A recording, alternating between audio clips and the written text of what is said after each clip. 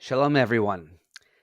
It never ceases to amaze me how I can learn something so many times and miss such a crucial lesson or message. Sometimes, years later, when looking at the same Gemara, Pasuk, commentary, I'm enlightened to a subtle but essential point which eluded me for so long.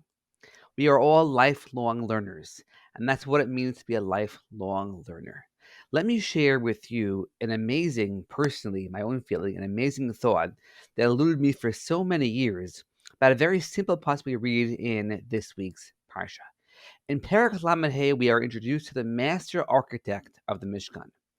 The pasuk tells us, "Vayomer Moshe el bnei Yisrael, Ru'u kara Hashem b'shem Mitzalel ben Uri ben Hur lamate Yehuda."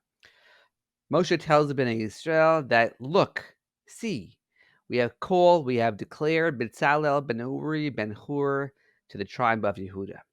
However, we are not just introduced to him alone. We meet his father, his grandfather, and his tribe.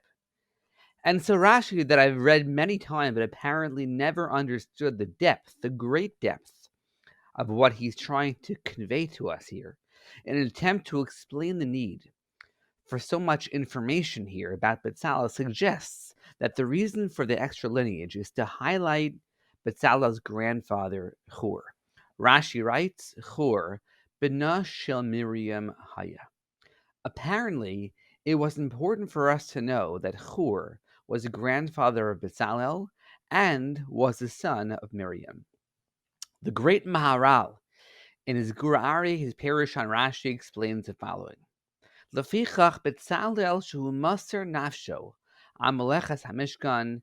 Therefore, Betzalel, who was moser nefesh, who was so dedicated and gave so much to putting together the Mishkan, hosif lo HaKadosh Baruch Hu yichus liyaches as Betzalel ben Uri ben Hur.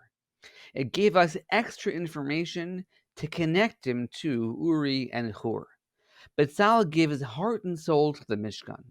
But Mesiris Nefesh, which is always hard to translate, but dedication, came from generations earlier. In other words, we are being guided here to consider how Betzalel developed this passion and dedication to the Mishkan and where it came from. His grandfather Hur chastised Klal Yisrael, the Jewish nation, for the lack of fidelity to Hashem during the Chet HaEgel, the golden calf sin. He cared so deeply for them and their future that he spoke up and sadly lost his life for it.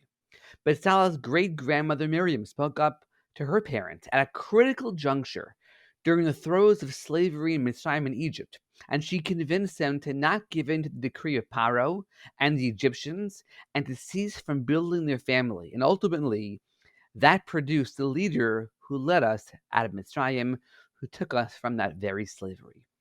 The Torah, only highlighted more here by Rashi, wants us to realize that credit needs to be given to those who are not necessarily visible to the Mishkan generation. So much groundwork was laid before in terms of giving the designers, builders, and visionaries the inspiration they needed to be able to dedicate themselves to producing a sanctuary for Hashem and his people to bond and connect.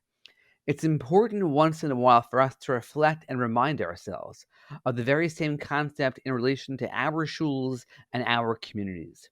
There are those who are no longer physically present, who need to be a constant source of guidance and inspiration and be recognized as we move forward. They get all the credit for building our communities, our shuls, our yeshivos, both physically and spiritually. It's their dedication and passion and vision that got us to where we are today.